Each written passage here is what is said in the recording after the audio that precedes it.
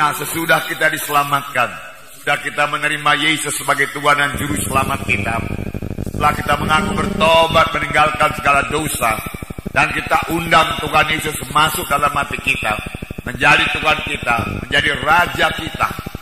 Saudara, kita juga harus hidup bersama-sama dengan Yesus.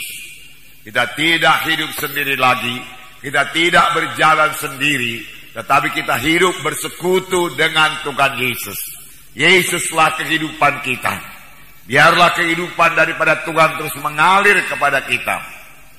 Saudara, sesudah selamat, persekutuan tiap-tiap anak-anak Tuhan harus bertambah intim dengan Tuhan. Tiap-tiap anak Tuhan harus tiap-tiap hari bersekutu dengan Tuhan.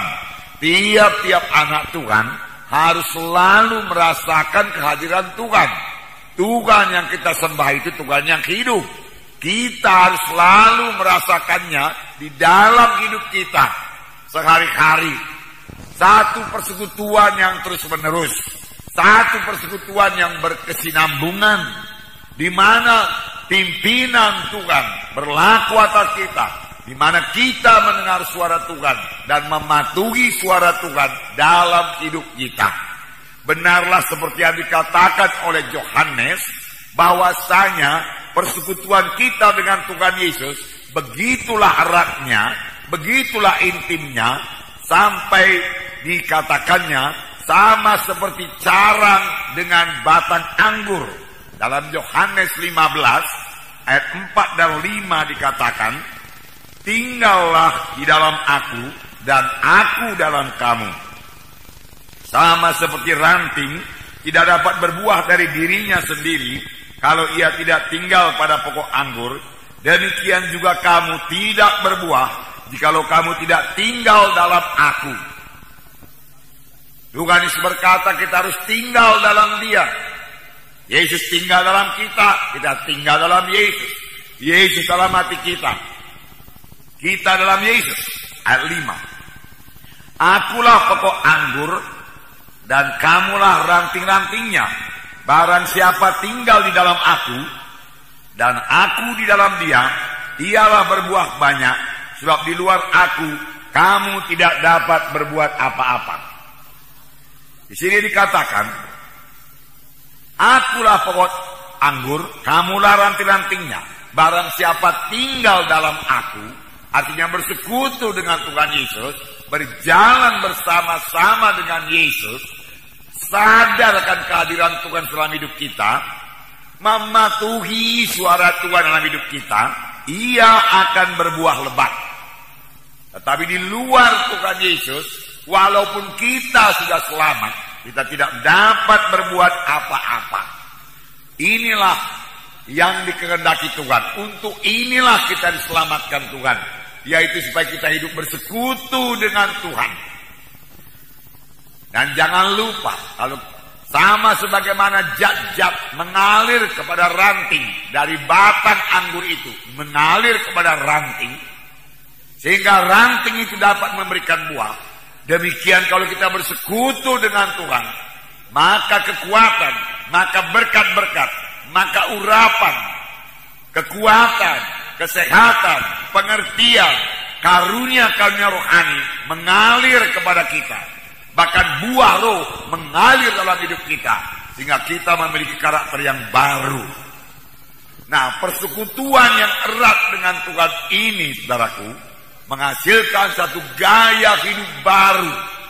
Gaya hidup anak-anak Tuhan yang lain daripada orang dunia ini. Firman Tuhan juga berkata, janganlah kamu menjadi serupa dengan orang dunia ini. Hidup kita harus lain daripada hidup orang dunia ini. Bisakah kita tidak berbuat dosa? Jawabannya bisa. Tetapi bisakah seorang anak Tuhan jatuh lagi kepada dosa? Memang seorang anak Tuhan masih bisa jatuh kepada dosa sepanjang dia menyerah kepada pencobaan itu. Tetapi kalau dia menetapkan hati untuk tidak berdosa, dia pasti menang dan Tuhan bersukacita, Roh Kudus bersukacita dan memberikan kekuatan dan kemenangan kepadanya. Hai anakku, janganlah kamu berbuat dosa. Dosa itu membawa akibat. Dosa membawa kekalahan. Dosa membuka pintu bagi setan. Penyakit bisa datang, kekalahan bisa datang. Karena ada dosa. Oleh sebab itu, firman Tuhan berkata, jangan berbuat dosa. Kita bisa menang melawan dosa sesudah kita lahir baru. Sesudah kita selamat, kita bisa menang melawan dosa. Karena kita tidak sendiri lagi. Ada Tuhan Yesus dalam saya. Ada Tuhan Yesus dalam saudara. Dengan Yesus dalam saudara, saudara bisa menang terhadap dosa. Tidak tahukah kamu bahwa kamu adalah rumah Roh Kudus? Roh Kudus dalam saudara sangat kuat. Saudara pasti menang terhadap dosa kalau saudara menetapkan hati untuk tidak berdosa. Nah, firman Tuhan berkata, hidup anak-anak Tuhan adalah hidup yang berkuasa.